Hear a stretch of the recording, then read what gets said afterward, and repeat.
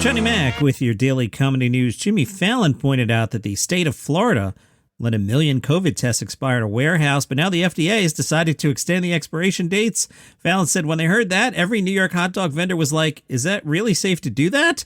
Colbert, nothing ever good happens in a Florida warehouse unless you place your bets on the right coked up snapping turtle. Fallon, yeah, the FDA extended the expiration dates. When they heard that, the CDC said, hey, making up rules as you go is our thing. Colbert, it's great for folks down in Florida who need tests, but even better for me because the FDA is finally confirming what I've known for years.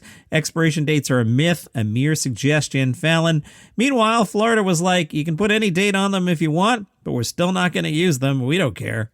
CBS Mornings on Friday apparently had an interview with Bob Saget in the can that they hadn't aired. It was taped on December 6th. Bob started talking about the death of his sister, and he said, we were all in the room when she let out her last breath. I don't know how to explain it. I'm going to go all woo here, but it felt like the soul going past us. I literally felt my hair kind of move, and being an actor, that's a very important thing if your hair gets out of place. The host asked about him making a joke at a serious moment, and Saget said, humor is the only way my family survived. It's so healthy to laugh, and I'm out there doing it, and I know it's healing for people. Entertainment Weekly caught up with Drew Carey. He said, I was friends with Norm Macdonald and Bob Saget too. I really don't like being at an age where people I know and personally know are dying. Bob was honestly like the nicest guy. I met him when I first started out quite a few times at a local comedy club in Cleveland. Once he invited me to a taping of Full House when I got out to LA. It's one of the reasons I missed my first Tonight Show performance. Really? Wow. The invitation to go see the taping in some kind of weird way really affected much of my career. He was very supportive and mentored me and gave me advice and always so kind to me and nice. Wait, you missed the Tonight Show? And still had a career? Whew, you are lucky, Drew Carey. Drew said, once Saget was there, everybody wanted to come back and see him, and I've seen him do 2-hour shows, 2.5-hour shows. I once saw him do 5 curtain calls, 5 standing ovations. He was so funny.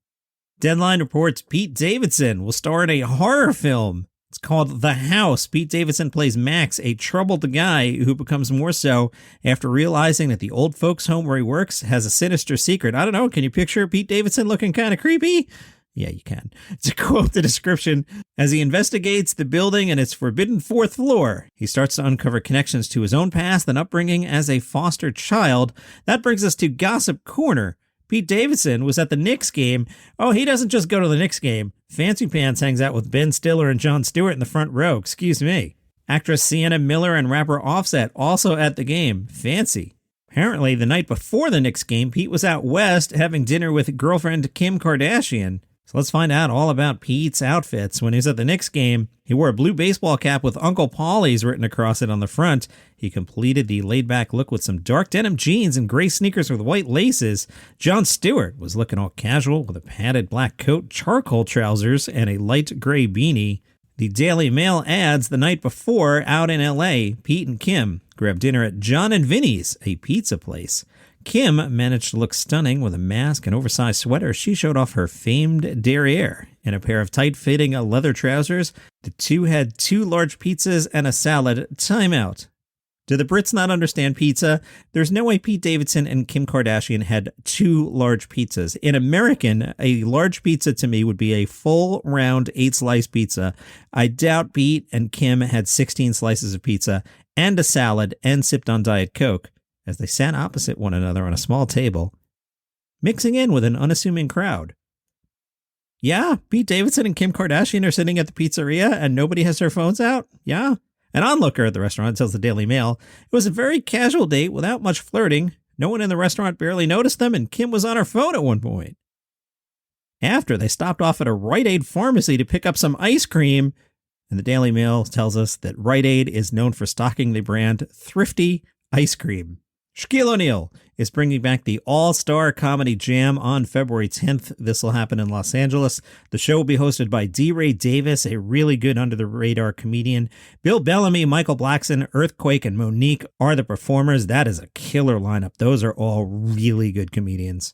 Plus, a surprise musical guest and Shaquille O'Neal himself. Hey, maybe even Pete Davidson will show up. You never know. That is Super Bowl weekend, and the Super Bowl is in Los Angeles. So that should be good for people with comedy podcasts. Should be a lot of celebrities in LA that weekend. That should be a good time. The SF Chronicle has updated dates for SF Sketchfest. They had to cancel this year. They won't be back until 2023. Get your calendar out. The dates for Sketchfest, January 20th to February 5th, 2023. In a joint statement, the co-founder said, "While we're disappointed to spend another year apart, the health and safety of our audience, performers, and staff comes first. Due to venue ability, 2023 is the earliest we can prevent the festival as planned. We can't wait to safely laugh along with you then." There's a new episode of The Weekly Comedy Thing available on the Live by Live app. That is a weekly show that I host. It is the forerunner of this podcast. There, I do quick stories, like maybe 30 seconds, and then play a bit by the comedian. And what happened was I had all this extra material, so I turned it into a podcast. And, you can't talk for 15 minutes about Pete Davidson's wardrobe on that show. You just go, "Hey, Pete, with da-da-da," and then you play a bit by Pete Davidson. That's how that works. The app is free. It's called Live by Live. It is spelled Live X Live. The show's called The Weekly Comedy Thing. New episodes come out every Monday. Check that out. If you enjoy what I do here and you would like to support the show, you can go to buymeacoffee.com/daily comedy news.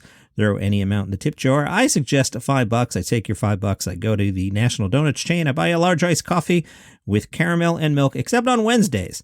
On Wednesdays, when there's not Omicron, I go to the brewery with my friend Glenn, not the first Glenn that wants royalties, the second Glenn that I use in bits, and I buy him 5/7 of a beer with the $5. Buymeacoffee.com/daily comedy news. The AV Club has seen the new How I Met Your Father. They're not digging it. They say the series represents How I Met Your Mother's narrative inventiveness, but it's the chemistry between its leads not quite working. There's the looking for love main character, Hilary Duff as Sophie, alongside her best friend/roommate, Valentina. They're balanced out by a similar pair of guy best friends, Jesse and his Marshall-like committed pal, Sid. And this time there's a sixth member of the crew, Jesse's adopted Vietnamese sister, Ellen, who's also searching for romance after divorcing her wife. That is way too complicated, writers. The Barney S. character, Charlie, is a blue blood whom Valentina brought back from London, and his attempts to fit in with the pores are more buffoonish than amusing. There's still the setup of a love story told backwards, this time instead of the voiceover being performed by Bob Saget.